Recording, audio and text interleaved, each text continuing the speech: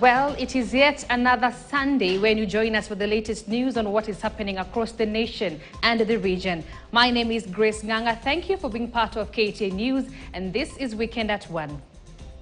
Rarieda Member of Parliament Otiende Amolo today led a section of advocates from the Law Society of Kenya in a charity titled Walk for Water from Karura Forest to Mathare Mental Hospital. The walk by over 100 advocates culminated in a donation of a 10,000-litre water tank to the mental health institution to improve on the hospital's existing water facilities. The Mathare Hospital administration received Okil Komoloka's donation with utmost gratitude, emphasizing that water is life and that courtesy the generosity of Okwa's member, life has been added to the patients and all users of the hospital.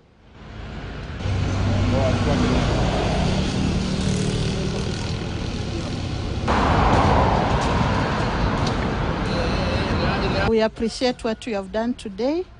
As we normally say, water is life. And what you have done, you have added us some life.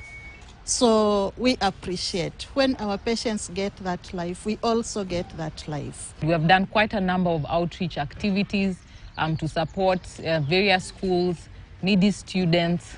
And today we said, let's come and also ensure safe, clean drinking water can be secured by also giving a tank on behalf of the Akil Association.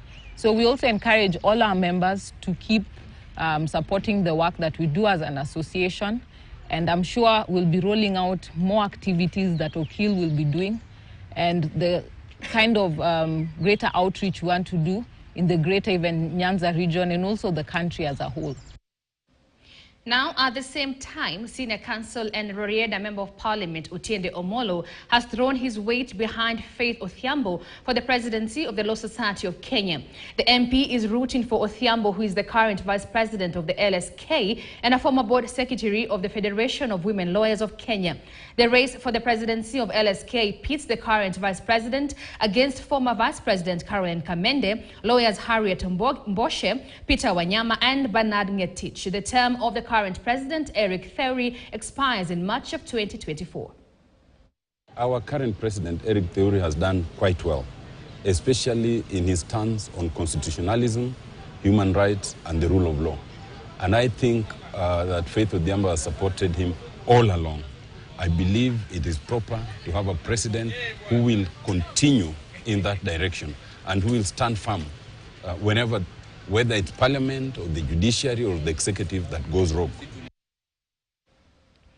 Now, whether fried or boiled, bananas are known to be staple food for some communities, especially in the neighboring Uganda. But did you know that they can also be used to make beer or wine? Our reporter Tobias Chanji was in Uganda to sample how banana beer, known as tonto, and banana gin, famously known as waragi, is locally made from ripe bananas. Every day is a banana day. This seems to be the slogan of our host Tumushabe Dennis, a renowned banana beer maker, commonly referred to as Banana Man. The location is Chibale in Uganda. He takes us through the process of making banana beer, but first as banana juice. Bananas are spread here, ready to be peeled. They are both the ripe and unripe. After peeling, they are kneaded until soft. This is done with banana leaves or spear grass. But if one wants flavored juice or beer, then they can use lemongrass.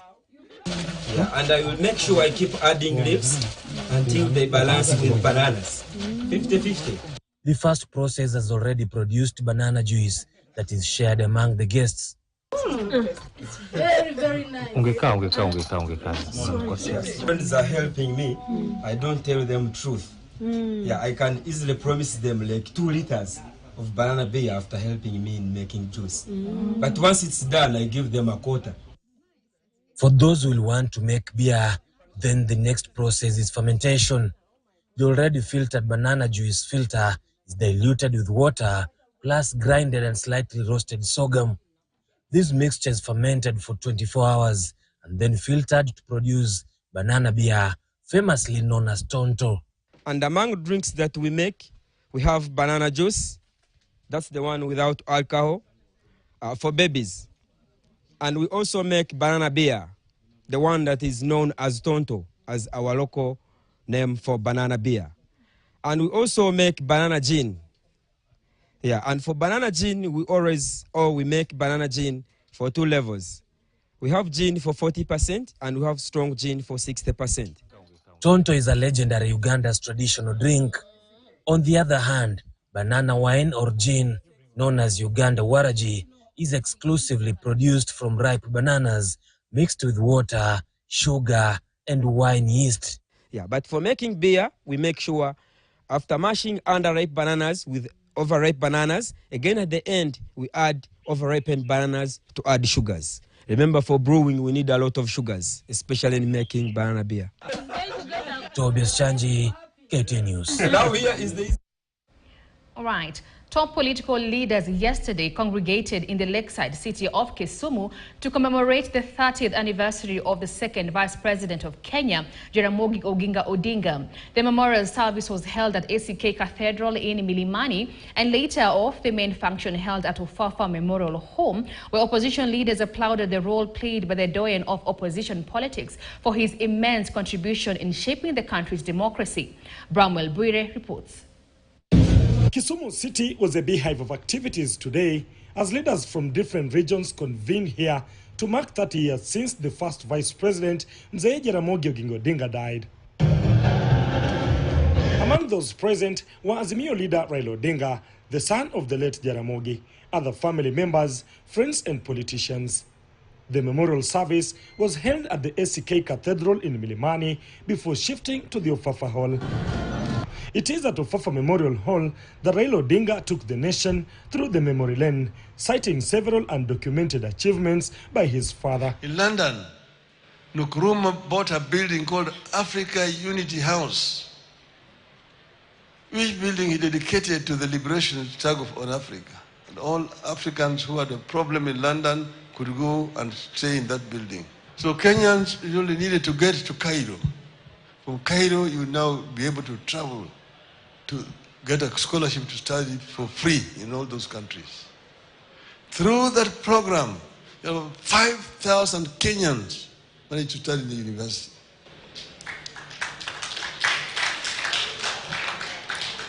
That was Jaramogi's initiative, which has never been recognized or appreciated, because people highlight only the 300 or so people who were taken by airlift and from Mbagazi to New York. Jaramogi, who led the so-called Young Turks in agitating for multi-party democracy, played a key role in the second liberation. Today, the then Young Turks were here to remember Mzee Jaramogi. And I think those virtues of Jaramogi are important for us today. The virtue of wisdom, the virtue of justice, and the virtue of courage. And more importantly, when we're talking about courage, is not sheer bravery. It's more than that. I believe deep down in my heart that we can relive and relaunch the nationalist credentials that Jaramogi and others lived. We must look afresh at how can we rebuild the bonds between generations to deal with major challenges which are threatening to reverse the gains that people like Jaramogi Oginga Odinga fought so much for, sacrificed themselves for. While describing Jaramogi as a statesman, Mombasa Governor Abdulswamad Nasser vowed to honor Kenya's first vice president. Kuna barabara katika kaunti ya Mombasa itakuwa na jina la Jaramogi Odinga, iwe katika kumbukumbu ya historia. Jaramogi, who died in 1994, fell out with the first Kenya president, Mzee Jomo Kenyatta, in 1966. He started advocating for multi-party system. This push continued even after Kenya became a de jure one-party state in 1982. Jaramogi, though elderly, will become the face of the opposition in 1980s and 1990s. Bramwell Bwire, KT News in Kisumu. Now, rice farmers in Taveta say they're incurring huge losses due to poor road network and lack of machinery. They're challenging their leaders both at the county and national level to intervene and rescue them from the losses. Hezron Kimari now reports from Buruma Farms in Taveta. Well, a section of rice farmers from Taveta sub-county here in Taita Taveta County have raised concerns over poor road network accessing their farms. This has led to poor market for their produce, and now let's hear some of the concerns by the farmers. Wakulima hawa wana uwezo wa kutoa tani 7,438 kwa msimu mmoja. Hivyo kwa misimu miwili ni kadri ya tani 15,000. Hawa wakulima wanatumia nguvu zao wenyewe. Hawana msaada wowote. Hivyo basi wakulima hawa wangeweza kushikwa mkono, wangeweza kuzalisha maradufu ya kile ambacho wanazalisha bila kuwa na msaada kutoka kwa sehemu yoyote. Ombi langu kwa serikali zote mbili, serikali ya kaunti ya Taita Taveta na serikali ya national government, tunaomba wakulima hawa washikwe mkono ili zile ajira mnazosema kwamba mnataka kuajiri wananchi wajiajiri kupitia ardhi zao. Barabara ambazo zinazoingia shambani hakuna hata moja. Na tunaomba huu mpunga ndo unalipia watoto school fees. Tunawaomba viongozi wa hapa Taveta washirikiane wote waweze kuhakikisha barabara zetu ziwe sawa. Cha pili ni kuhusu mashine. Tuliomba serikali ya county government itusaidie na mashine kwa sababu ya value addition, ili tuweze kupata soko la mazao yetu, tuweze kupata fedha ambazo zinaweza zikakimu. Ile mashini vile inavyosemekana fedha yake imetengwa, lakini pametokea kama ufisadi. Mashine imepelekwa zaidi ya kilomita 13 kutoka mali ambapo tunalima. Unaona? Kwa hiyo ile mashine mali imeenda kuwekwa, haimsaidii mkulima wa hapa wa mpunga, kwa sababu hili eneo letu ndo linalima mpunga peke yake hapa Taita Taveta. La pili, kuna mafuriko. Kwa mtu kama mimi mwenyewe binafsi, hasara niliyopata ni kama 600,000 kwa sababu mpunga wetu ulibebwa na mafuriko. So tunashindwa, na sio mimi tu, wakulima wenzangu wengi tumepata matatizo mafuriko. Mpunga yote imepelekwa huko Tanzania sababu ya mafuriko, imesomwa na maji. La pili, tungeomba serikali ya county tujenge store ambapo tunaweza hifadhi mazao yetu ndani pasi na kuuza jinsi bei inayotakikana, kwa sababu tuke store ndani tuna uwezo wa kuuza kwa bei tunayotaka. Well, these farmers now hope that their leaders, both at the county and the national government, will have listened to them and probably give them a solution to this problem. Reporting for KTN News from Taveta, I'm Hezron Kimari.